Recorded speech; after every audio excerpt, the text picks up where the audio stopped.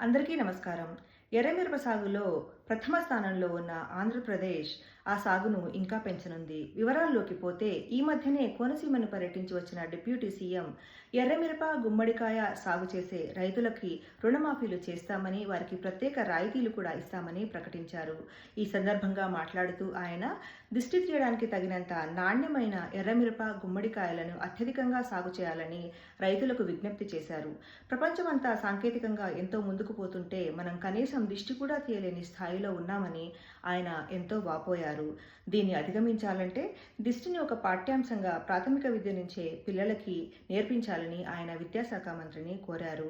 దీనిపై స్పందిస్తూ ఆంధ్రప్రదేశ్ సీఎం అంతర్జాతీయ సాఫ్ట్వేర్ సంస్థలతో ఒప్పందాలు కుదుర్చుకుని ఏఐ టెక్నాలజీతో దిష్టి తీసే సాఫ్ట్వేర్ని రూపొందిస్తామని హామీ ఇచ్చారు.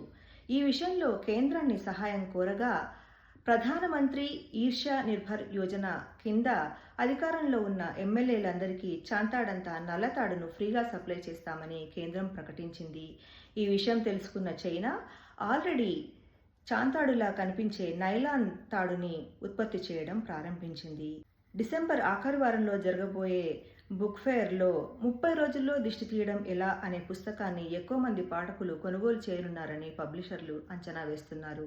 ఇట్లాంటి పగులుతున్న వార్తల కోసం చూస్తూనే ఉండండి మా పరిస్థితి న్యూస్ ఛానల్. Thank you.